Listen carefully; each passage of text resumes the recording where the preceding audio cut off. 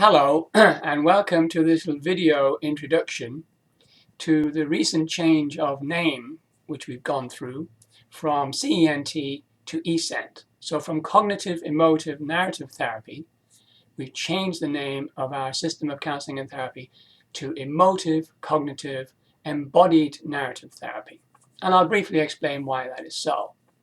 If you think about the old name of CENT, CENT implies that humans are cognitive beings who also have emotions, and that our lives are guided by narratives stored in long-term memory. And so our therapy is about looking at people's narratives and helping them to adjust their narratives so that they can get better results in the world. However, that was never fully in line with where we were at with our theorizing about what human beings are and how the body-mind works. So really, all along, we've been seeing the human being as primarily a feeling being who also has some capacity for thought, some capacity for thinking, but not a greatly developed capacity. Even amongst philosophers, the capacity for thinking is strictly limited. Human beings are primarily emotional and feeling beings. A good illustration of that was given in a book called Descartes' Error by Antonio Damasio back in the 1990s. And he laid out the case of a man called Eliot, who had a particular form of brain damage. It was damage to the orbitofrontal cortex, the area that mediates between the frontal lobes and the emotional centers of the brain. So he was able to reason perfectly. He could work out the pros and cons of any problem that he was confronting.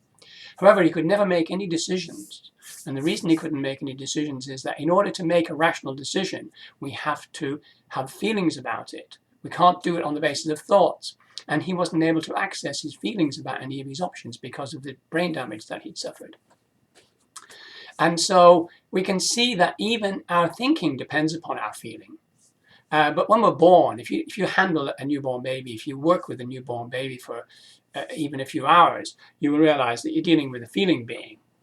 You're primarily dealing with a feeling being. And if you are around young children for any amount of time, you realize that they are primarily emotional beings. They're primarily feeling beings. And over a period of time, through socialization and education, we hope to get them to a stage where they're not so emotionally reactive. But they continue to be emotional, no matter how calm a person is. Very often our calmness is a manifestation of calm emotions. It's not that our emotions have been put away in a cupboard and we're now reasoning about things. We're emoting about them calmly because of the way we reason about them, because reasoning and emotion are woven together like a braid. So our experience of socialization is about having our feelings explained and understood, hopefully, if we've got good enough parents, so that we can learn to manage our emotions in a way that works socially. So human beings are emotional beings who can also think to some extent.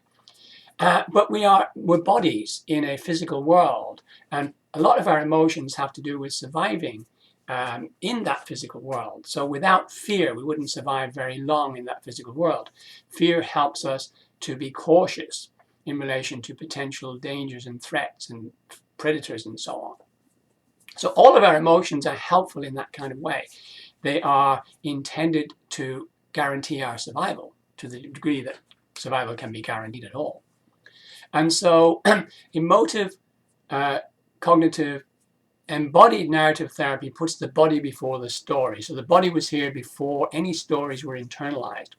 And the stories are woven into body structures. They're woven into this skeletal stance. They're woven into muscle tension or relaxation.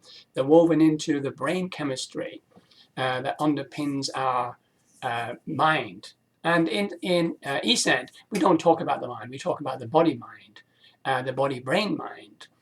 Just as Einstein eventually realized you cannot separate out space and time, we eventually realized you cannot separate out brain and mind. You cannot separate out mind and body. Descartes made the error of thinking that the body and mind were separate and had to be connected through some point. And he assumed that the point where they were connected was through the pineal gland. But in fact, the body and mind arise mutually. The body cannot exist without the mind. Well, it can as a dead body or as some kind of comatose individual. But normally, a body exists alongside a mind or integrated with the mind, and a mind exists integrated with the body. And we do, of course, have metaphysicians who speculate about whether some part of the body-mind can survive death and move on into an afterlife. And I have nothing to say about that because I have no idea how to investigate that.